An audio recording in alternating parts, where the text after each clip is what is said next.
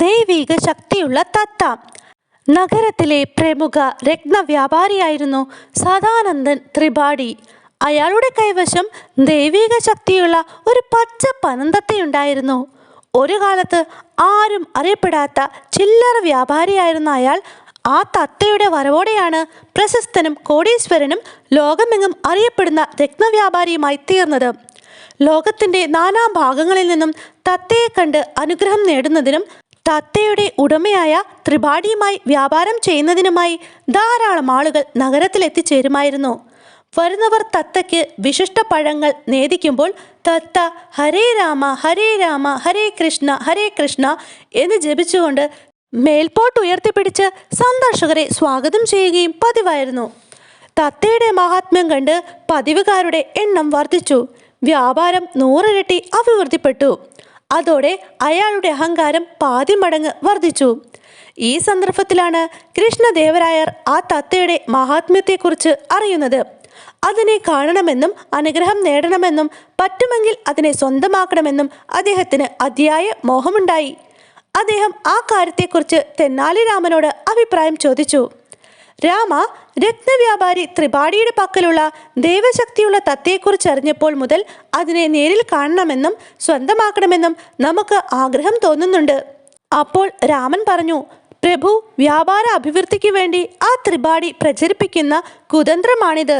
കാള പെറ്റിരിക്കുന്നു, കയറെടുത്തുകൊള്ളൂ എന്ന് വിളിച്ചു പറയുന്ന ബിരുദന്റെ വാക്ക് വിശ്വസിക്കുന്നവരാണ് സാധാരണ ജനങ്ങൾ. രാമ, ഇത്തരത്തിലുള്ള വാദങ്ങൾ കേട്ടെന്നും നമ്മുടെ ആഗ്രഹത്തിന് തടയിടുവാൻ കഴിയുമെന്ന് തോന്നുന്നില്ല. തിരുമേനി, മനുഷ്യരെ പോലെ അറിവുള്ളവയല്ല പക്ഷിമൃഗാദികൾ. മനുഷ്യരുമായുള്ള നിരന്തര സമ്പർക്കം കൊണ്ട് എന്തെങ്കിലും കഴിവുകൾ അവയ്ക്ക് നേടാൻ കഴിഞ്ഞെന്ന് വന്നേക്കാം. അത് ദൈവിക ശക്തിയാണെന്നും മറ്റും ധരിക്കുന്നത് മണ്ടത്തരമാണ്. എന്തോ കേൾക്കും തോറും അതിനെ നേരിൽ കാണണമെന്നുള്ള അഭിവാജ്ഞ നമ്മുടെ മനസ്സിൽ വർദ്ധിച്ചു വരികയാണ്. തെന്നാലി രാമൻ പറഞ്ഞതൊന്നും കൃഷ്ണദേവരായരെ സമാധാനിപ്പിച്ചില്ല. അത്രമാത്രം ദൈവിക ശക്തിയുള്ള ആ തത്തയുടെ മഹാത്മ്യം അദ്ദേഹത്തിൻ്റെ മനസ്സിനെ സ്വാധീനിച്ചു കഴിഞ്ഞിരുന്നു. രാമൻ ആലോചിച്ചു, വിശിഷ്ട വസ്തുവകകളെല്ലാം ഭരണാധികാരികൾക്ക് സ്വന്തമായവയാണ്. അവർ ആഗ്രഹിച്ചാൽ അവയെല്ലാം കാണിക്കയായി സമർപ്പിക്കപ്പെടേണ്ടതാണ്. ഏതായാലും തത്തയുമായി രാജസന്നിധിയിൽ എത്തിച്ചേരുവാൻ സദാനന്ദ ത്രിപാഠിക്ക് നീട്ടോല കൊടുത്തു വിടുക തന്നെ. പ്രഭു, അവിടുന്ന് നിരാശനാകേണ്ട കാര്യമില്ല. തത്തയുമായി അങ്ങയുടെ സവിധത്തിൽ ഉടനെ എത്തിച്ചേരണമെന്ന് ത്രിപാഠിക്ക് നീട്ടോല അയക്കുന്നുണ്ട്. സമാധാനമായി വേണ്ട ഏർപ്പാടുകൾ ചെയ്തുകൊള്ളൂ. രാജകിങ്കരന്മാർ വശം സദാനന്ദ ത്രിപാഠിക്ക് തെന്നാലി രാമൻ നീട്ടോല കൊടുത്തയച്ചു. അഹങ്കാരിയായ ത്രിപാഠി മനസ്സില്ലാ മനസ്സോടെയാണ് തത്തയുമായി കൃഷ്ണദേവരായരുടെ സവിധത്തിൽ എത്തിച്ചേർന്നത്. അയാളുടെ മട്ടും ഭാവവുമെല്ലാം കണ്ടപ്പോൾ രാജാവിനോടൊപ്പം അവിടെ ഉണ്ടായിരുന്ന തെന്നാലി രാമന് അയാളോട് വെറുപ്പും വിദ്വേഷവും തോന്നി. രാജാവിൻ്റെ തിരുമുമ്പിൽ എത്തുമ്പോൾ ഒരാൾ പാലിക്കേണ്ട ആചാരമര്യാദകളൊന്നും ധിക്കാരിയായ ആ രത്നവ്യാപാരി അനുസരിച്ചില്ല. പണത്തിൻ്റെ ബലത്തിൽ ഇത്രമാത്രം അഹങ്കരിക്കുന്ന ഇയാളെ തക്കതായ പാഠം പഠിപ്പിക്കാതെ വിടുന്നത് ശരിയല്ല. തെന്നാലി രാമൻ മനസ്സിൽ തീരുമാനിച്ചു. അതിനായി ഒരു കെണി ഒരുക്കുവാനും പദ്ധതിയിട്ടു. അടുത്തു നിന്ന് ഒരു ഭൃത്തിനെ വിളിച്ചിട്ട് തെന്നാലി രാമൻ അയാളുടെ കാതിലെന്തോ രഹസ്യമായി മന്ത്രിച്ചു. തലയാട്ടി സമ്മതിച്ചിട്ട് ആ ഭൃത്യൻ അവിടെ നിന്ന് പോവുകയും ചെയ്തു. നിങ്ങളാണ് പ്രമുഖ രത്നവ്യാപാരി സദാനന്ദ ത്രിപാഠി അല്ലേ? തെന്നാലി രാമൻ അർത്ഥം വെച്ച് ചോദിച്ചു. അതെ, നാം തന്നെ. കൃത്യമായ ഖജനാവിലേക്ക് നികുതിയും മറ്റും അടയ്ക്കാറുണ്ടോ? ഈ രാജ്യത്ത് ഏറ്റവും കൂടുതൽ നികുതി അടയ്ക്കുന്ന ഏക രത്നവ്യാപാരി നാം തന്നെയാണ്. ഓഹോ, ആ നികുതി പണമൊക്കെ ലാഭവിഹിതത്തിൽ നിന്നുമല്ലേ അടയ്ക്കാറുള്ളത്? അതെ. അത്രയും ലാഭം എങ്ങനെയാണ് ഉണ്ടാകുന്നതെന്ന് നിങ്ങൾക്കറിയാമോ? വ്യാപാരത്തിൽ നിന്ന്. നിങ്ങളുമായി വ്യാപാര ബന്ധം നടത്തുന്നവരൊക്കെ ആരെല്ലാമാണെന്ന് നിങ്ങൾക്കറിയാമോ? അയാൾ പറഞ്ഞു, ഏറിയ പങ്കും നാട്ടുകാരും ചില മറുനാട്ടുകാരുമാണ്. രാമൻ വീണ്ടും ചോദിച്ചു, ഈ നാട്ടുകാരുടെ ക്ഷേമ ഐശ്വര്യങ്ങൾ കാത്തു സംരക്ഷിക്കുന്ന പൊന്നു തമ്പുരാനാണ് ഇദ്ദേഹമെന്ന് നിങ്ങൾക്കറിയാമോ? കേട്ടിട്ടുണ്ട്, എന്നാൽ നേരിൽ കണ്ടിട്ടില്ല. അയാൾ പറഞ്ഞു. ഇപ്പോൾ കണ്ടിരിക്കുന്നു അല്ലേ? അതെ. നിങ്ങളുടെ പക്കൽ ദൈവിക ശക്തിയുള്ള ഒരു തത്തയുള്ളതായി പറഞ്ഞു കേൾക്കുന്നുണ്ടല്ലോ. അതെ, അത് വാസ്തവമാണ്. അയാൾ പറഞ്ഞു.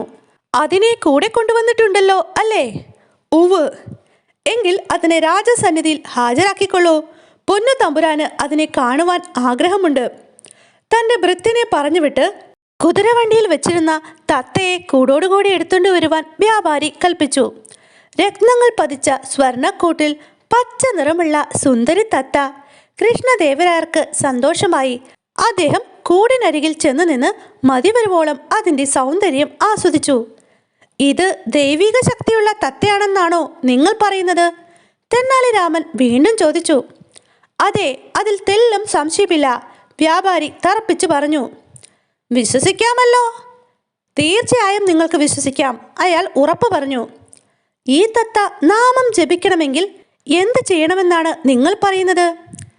ഭക്തി പുരസ്കരം അതിൻ്റെ മുമ്പിൽ പഴങ്ങൾ സമർപ്പിക്കുമ്പോൾ അത് ഭക്തനെ അനുഗ്രഹിക്കുകയും നാമം ചൊല്ലുകയും ചെയ്യുന്നതാണ്. തിരുമനസേ, ഒന്ന് പരീക്ഷിച്ചു നോക്കിക്കൊള്ളൂ. തെന്നാലിരാമൻ പറഞ്ഞത് പ്രകാരം കൃഷ്ണദേവരായർ തത്തയ്ക്ക് പഴം കൊടുത്തിട്ട് അതിനെ തൊഴുതു നിന്നു. ഉടനെ ആ തത്ത നാമം ജപിച്ചുകൊണ്ട് മഹാരാജാവിനെ അനുഗ്രഹിച്ചു. കൃഷ്ണദേവരായർ അത്ഭുതപ്പെട്ടു പോയി. തീർച്ചയായും ദൈവിക ശക്തിയുള്ള ഇതിനെ എന്ത് വില കൊടുത്തും സ്വന്തമാക്കുക തന്നെ. കൃഷ്ണദേവരായരുടെ മനസ്സ് വായിച്ചറിയുവാൻ തെന്നാലി രാമന് കഴിഞ്ഞു. ആ ത്രിപാഠി അവർകളെ, ഈ തത്തമ്മയെ സ്വന്തമാക്കുവാൻ നമ്മുടെ മഹാരാജാവ് ആഗ്രഹിക്കുന്നു. അയ്യോ, അതിനെ മാത്രം ചോദിക്കരുതേ. അങ്ങനെ പറഞ്ഞാൽ ശരിയാകുകയില്ല ത്രിപാഠി. വിശിഷ്ട വസ്തുവകകളെല്ലാം രാജാക്കന്മാർക്ക് അവകാശപ്പെട്ടവയാണെന്നുള്ളതാണല്ലോ രാജനീതി. ഈ കൽപ്പന കഷ്ടമാണ്, അയാൾ പറഞ്ഞു. വെറുതെ വേണ്ട, നിങ്ങൾ ആവശ്യപ്പെടുന്ന എന്തും തരുവാൻ തിരുമേനിക്ക് സമ്മതമാണ്. അത് കേട്ടപ്പോൾ വ്യാപാരിയുടെ മനസ്സിൽ അത്യാഗ്രഹത്തിന്റെ വേലിയേറ്റമുണ്ടായി. രാജാവ് സ്വപ്നത്തിൽ പോലും ചിന്തിച്ചിട്ടില്ലാത്തത്ര വലിയൊരു തുക ആവശ്യപ്പെടുക തന്നെ. ത്രിപാഠി, നിങ്ങൾ എന്താണ് ആലോചിക്കുന്നത്? അയാളുടെ കണ്ണുകളിലെ അത്യാഗ്രഹത്തിന്റെ മിന്നലാട്ടം മനസ്സിലാക്കിയിട്ട് തെന്നാലി രാമൻ ചോദിച്ചു. അത് പറയുമ്പോൾ നാം ഒരു അത്യാഗ്രഹിയാണെന്ന് തെറ്റിദ്ധരിക്കരുത്. എന്ത് വില കിട്ടിയാലും ഈ ദൈവിക ശക്തിയുള്ള തത്തയ്ക്ക് ഒപ്പമാവുകയില്ല. ഒത്തുകിട്ടിയ സന്ദർഭം ശരിക്കും മുതലെടുക്കുവാൻ തീരുമാനിച്ചുകൊണ്ട് രത്നവ്യാപാരി പറഞ്ഞു. എന്ത് വിലയാണ് വേണ്ടതെന്ന് മടിക്കാതെ പറഞ്ഞോളൂ. തിരുമനസ്സിന് തത്തയെ ഇഷ്ടപ്പെട്ടിരിക്കുന്ന സ്ഥിതിക്ക് അത് വലിയൊരു പ്രശ്നമാവുകയില്ല. തെന്നാലി രാമൻ രത്നവ്യാപാരിയെ പ്രോത്സാഹിപ്പിച്ചു. 5 കോടി സ്വർണ്ണ നാണയം തരാമെങ്കിൽ ഈ അമൂല്യനിധി കൈമാറുന്നതിൽ നമുക്ക് സമ്മതമാണ്. 5 കോടി സ്വർണ്ണ നാണയങ്ങളോ? വ്യാപാരി പറഞ്ഞ വില കേട്ട് കൃഷ്ണദേവരായർ ഞെട്ടിപ്പോയി. അത്രയേ ഉള്ളൂ. 10 കോടി സ്വർണ്ണ നാണയങ്ങൾ ആവശ്യപ്പെടുമെന്നാണ് തിരുമനസ് വിചാരിച്ചിരുന്നത്. കുറഞ്ഞു പോയതിലുള്ള സന്തോഷം കൊണ്ടാണ് അദ്ദേഹം അത്ഭുതം കൂറിപ്പോയത്. തെന്നാലി രാമൻ പെട്ടെന്ന് ചാടി പറഞ്ഞു. ഛേ, താൻ 10 കോടി സ്വർണ്ണ നാണയങ്ങൾ ചോദിച്ചില്ലല്ലോ എന്ന് രത്നവ്യാപാരി മനസ്സിൽ വിചാരിച്ചു. അയാൾക്ക് സങ്കടമായി. ആട്ടെ, ഈ തത്തയ്ക്ക് ദൈവിക ശക്തി ഇല്ലെന്ന് തെളിയിക്കപ്പെട്ടാലോ? തെന്നാലി രാമൻ വ്യാപാരിയോട് ചോദിച്ചു.